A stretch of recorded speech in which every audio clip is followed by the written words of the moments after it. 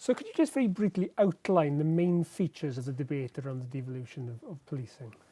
Well, I think there's two elements to it, really. I mean, first and foremost is the practical element. So from the policing side of things, what is the devolution of policing going to do to policing? So for police officers, chief constables, of course, you've got the commissioners in there. Now, what is it actually going to do to the day-to-day practical activities of police across Wales? Now, of course, there's questions around the border. What does that mean for cross-border policing?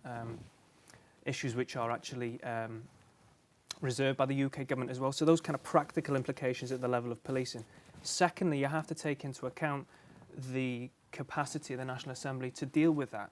So there was a report produced recently about the size of the National Assembly and that it actually needs to expand. Now, if you devolve policing, there are lots of things around accountability, around scrutiny that would also raise questions around what the National Assembly, is it capable of taking those powers at the moment? So I think the debate is twofold. First and foremost, those practical implications, and then secondly, the kind of constitutional questions, what that means for Assembly members and the size of the Assembly as well.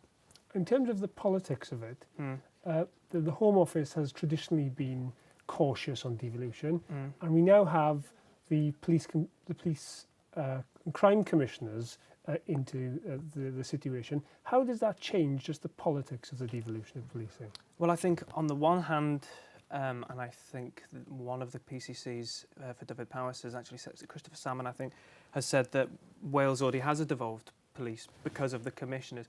And yet, on the other hand, it's a way of moving power away from the centre towards the locale, which some would argue, well, the devolution of policing powers to the National Assembly for Wales would be an extension of that and actually more of an official joined-up approach to when you consider the National Assembly for Wales and the Welsh Government are responsible for local authorities, health, education, housing, etc. That would be a far more holistic, coherent approach to what we currently have. So in terms of the politics, there are bound to be two different positions on this.